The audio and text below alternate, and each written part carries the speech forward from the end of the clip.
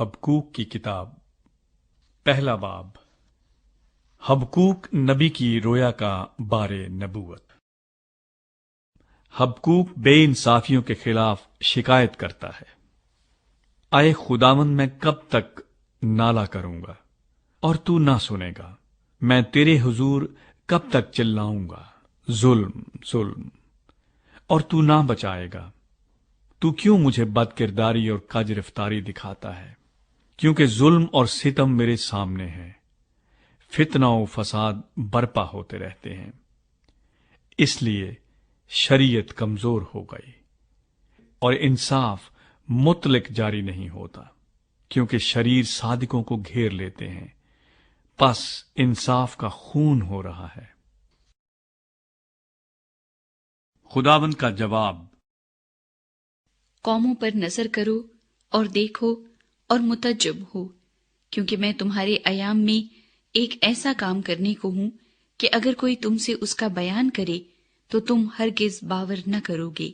کیونکہ دیکھو، میں کسدیوں کو چڑھا لاؤں گا، وہ ترش رو اور تند مزاج قوم ہے، جو وسط زمین سے ہو کر گزرتے ہیں، تاکہ ان بستیوں پر جو ان کی نہیں ہے قبضہ کر لیں۔ وہ ڈراونے اور ہیبت ناک ہیں، وہ خود ہی اپنی عدالت اور شان کا مصدر ہیں۔ ان کے گھوڑے چیتوں سے بھی تیز رفتار اور شام کو نکلنے والے بھیڑیوں سے زیادہ خون خوار ہیں، اور ان کے سوار کودتے پھاندتے آتے ہیں۔ ہاں، وہ دور سے چلے آتے ہیں، وہ عقاب کی مانند ہیں جو اپنے شکار پر جھپٹتا ہے۔ وہ سب غارت گری کو آتے ہیں، وہ سیدھے بڑھے چلے آتے ہیں، اور ان کے اسیر ریت کے ذروں کی مانند بے شمار ہوتے ہیں۔ وہ بادشاہوں کو ٹھٹھوں میں اڑاتے اور امرا کو مسخرے بناتے ہیں۔ وہ کلوں کو حقیر جانتے ہیں، کیونکہ وہ مٹی سے دمدمے باندھ کر ان کو فتح کر لیتے ہیں۔ تب وہ گرد باد کی طرح گزرتے اور خطا کر کے گنہگار ہوتے ہیں، کیونکہ ان کا زور ہی ان کا خدا ہے۔ ہبکوک خداوند سے دوبارہ شکایت کرتا ہے۔ اے خداوند میرے خدا، اے میرے قدوس، کیا تو ازل سے نہیں ہے؟ ہم نہیں مریں گے۔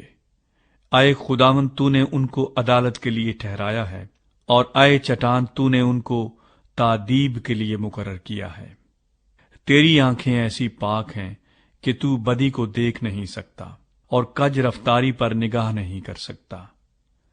پھر تو دغابازوں پر کیوں نظر کرتا ہے؟ اور جب شریر اپنے سے زیادہ صادق کو نگل جاتا ہے، تب تو کیوں خاموش رہتا ہے؟ اور بنی آدم کو سمندر کی مچھلیوں اور کیڑے مکوڑوں کی مانند بناتا ہے، جن پر کوئی حکومت کرنے والا نہیں۔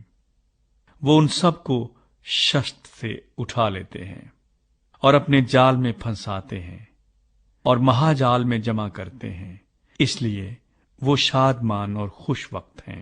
اسی لیے وہ اپنے جال کے آگے قربانیاں گزرانتے ہیں اور اپنے مہا جال کے آگے بخور جلاتے ہیں، کیونکہ ان کے وسیلے سے ان کا بکرا لذیذ اور ان کی غذا چرب ہے۔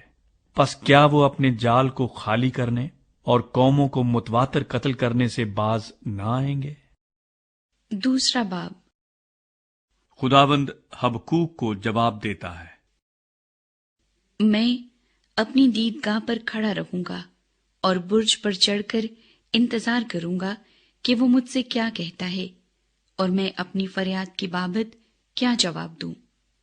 تب خداوند نے مجھے جواب دیا اور فرمایا کہ رویا کو تختیوں پر ایسی صفائی سے لکھ کہ لوگ دوڑتے ہوئے بھی پڑھ سکیں، کیونکہ یہ رویا ایک مقررہ وقت کے لیے ہے۔ یہ جلد وقوع میں آئے گی اور خطا نہ کرے گی، اگرچہ اس میں دیر ہو تو بھی اس کا منتظر رہے، کیونکہ یہ یقیناً وقوع میں آئے گی، تاخیر نہ کرے گی۔ دیکھ، متکبر آدمی کا دل راست نہیں ہے، لیکن صادق اپنے ایمان سے زندہ رہے گا۔ ناراستوں کے خلاف فتویٰ۔ بے شک متکبر آدمی مے کی مانند دغاباز ہے، وہ اپنے گھر میں نہیں رہتا، وہ پاتال کی مانند اپنی ہوس بڑھاتا ہے، وہ موت کی مانند ہے، کبھی آسودہ نہیں ہوتا، بلکہ سب قوموں کو اپنے پاس جمع کرتا ہے اور سب امتوں کو اپنے نزدیک فراہم کرتا ہے۔ کیا یہ سب اس پر مثل نہ لائیں گے اور تنزن نہ کہیں گے کہ اس پر افسوس جو اوروں کے مال سے مالدار ہوتا ہے؟ لیکن یہ کب تک؟ اور اس پر جو کثرت سے گرو لیتا ہے، کیا وہ تجھے کھا جانے کو اچانک نہ اٹھیں گے اور تجھے مضطرب کرنے کو بیدار نہ ہوں گے، اور تو ان کے لیے لوٹ نہ ہوگا؟ چونکہ تو نے بہت سی قوموں کو لوٹ لیا اور ملک و شہر و باشندوں میں خونریزی اور ستمگری کی ہے، اس لیے باقی ماندہ لوگ تجھے غارت کریں گے۔ اس پر افسوس جو اپنے گھرانے کے لیے ناجائز نفع اٹھاتا ہے، تاکہ اپنا آشیانہ بلندی پر بنائے اور مصیبت سے محفوظ رہے۔ تو نے بہت سی امتوں کو برباد کر کے اپنے گھرانے کے لیے رسوائی حاصل کی اور اپنی جان کا گنہگار ہوا، کیونکہ دیوار سے پتھر چل لائیں گے اور چھت سے شہتیر جواب دیں گے۔ اس پر افسوس جو قصبے کو خونریزی سے اور شہر کو بد کرداری سے تعمیر کرتا ہے۔ کیا یہ رب الافواج کی طرف سے نہیں کہ لوگوں کی محنت آگ کے لیے ہو اور قوموں کی مشقت بطالت کے لیے؟ کیونکہ جس طرح سمندر پانی سے بھرا ہے، اسی طرح زمین خداوند کے جلال کے عرفان سے معمور ہوگی۔ اس پر افسوس جو اپنے ہمسائے کو اپنے قہر کا جام پلا کر متوالا کرتا ہے، تاکہ اس کو بے پردہ کرے۔ تو عزت کے عوض رسوائی سے بھر گیا ہے، تو بھی پی کر اپنی نامختونی ظاہر کر۔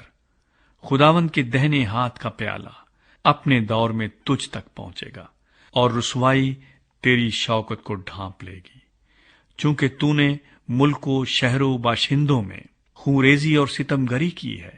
اس لیے وہ زیادتی جو لبنان پر ہوئی اور وہ ہلاکت جس سے جانور ڈر گئے تجھ پر آئے گی۔ کھودی ہوئی مورت سے کیا حاصل کہ اس کے بنانے والے نے اسے کھود کر بنایا؟ ڈھالی ہوئی مورت اور جھوٹ سکھانے والے سے کیا فائدہ کہ اس کا بنانے والا اس پر بھروسہ رکھتا اور گونگے بتوں کو بناتا ہے؟ اس پر افسوس جو لکڑی سے کہتا ہے جاگ، اور بے زبان پتھر سے کہ اٹھ، کیا وہ تعلیم دے سکتا ہے؟ دیکھ، وہ تو سونے چاندی سے مڑھا ہے، لیکن اس میں مطلق دم نہیں، مگر خداوند اپنی مقدس ہیکل میں ہے، ساری زمین اس کے حضور خاموش رہے۔ تیسرا باب۔ حبقوق کی دعا۔ شگا ینوت کے سر پر حبقوق نبی کی دعا۔